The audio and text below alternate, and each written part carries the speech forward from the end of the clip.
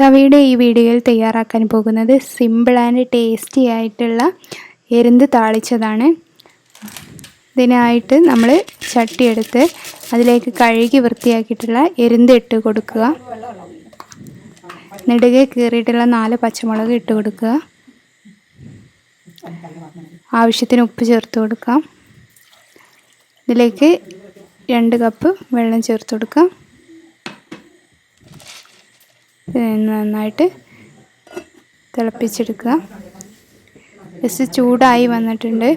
അപ്പോൾ തന്നെ എരുന്തൊക്കെ നന്നായിട്ട് പൊട്ടി വന്നിട്ടുണ്ട്. ഇനി ഇതിലേക്ക് ഒരു നുള്ളു മഞ്ഞൾപ്പൊടി ചേർത്ത് കൊടുക്കുക. 1/2 ടീസ്പൂൺ മഞ്ഞൾപ്പൊടി ചേർത്ത് കൊടുത്താൽ മതി. അതിൽ കൂടുതലായിട്ട് ചേർത്ത് കൊടുക്കണ്ട. ഇനി ഒരു 15 മിനിറ്റ് മുതൽ 20 മിനിറ്റ് വരെ നമുക്ക് എരുന്ത് നന്നായിട്ട് തിളപ്പിച്ച് വേവിച്ചെടുക്കാം.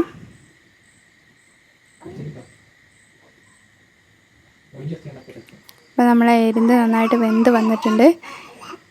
ഇനി നമുക്ക് ഇത് താളിച്ച് എടുക്കാം.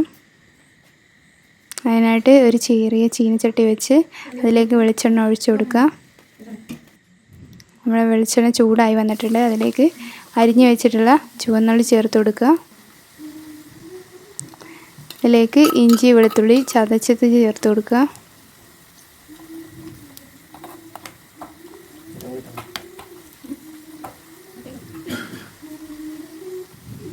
ഇതിലേക്ക് കുറച്ച് കറിവേപ്പില ചേർത്ത് കൊടുക്കുക.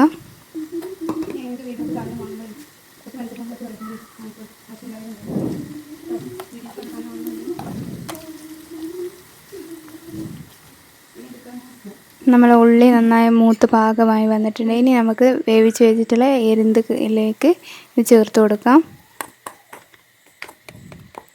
നമ്മളെ എരുന്ത് കറി നന്നായിട്ട് റെഡിയായി വന്നിട്ടുണ്ട്. ഇത് ജസ്റ്റ് ഒന്ന് മിക്സ് ചെയ്ത് കൊടുത്താൽ മാത്രം മതി. ഇത് എരുന്ത് മുളകിട്ടതിൽ നിന്നും തേങ്ങ അരച്ചതിൽ നിന്നും മെയിനായിട്ട് ഇതിനുള്ള വ്യത്യാസം എരുന്തിൻ്റെ ആ ടേസ്റ്റ്, ഒറിജിനൽ ടേസ്റ്റ് ഇതിലേക്ക് നന്നായിട്ട് കിട്ടും. ഈ കറിയിൽ നിന്ന് നമുക്ക് നന്നായിട്ട് കിട്ടും. എരുന്തിൻ്റെ ആ ചുവ ഏറ്റവും ഇഷ്ടമുള്ളവർക്ക് ഏറ്റവും ഇഷ്ടമുള്ളൊരു കറിയായിരിക്കും ഇത്. എല്ലാവരും ട്രൈ ചെയ്ത് നോക്കണം. ചാനൽ സബ്സ്ക്രൈബ് ചെയ്യുക. Thanks for watching.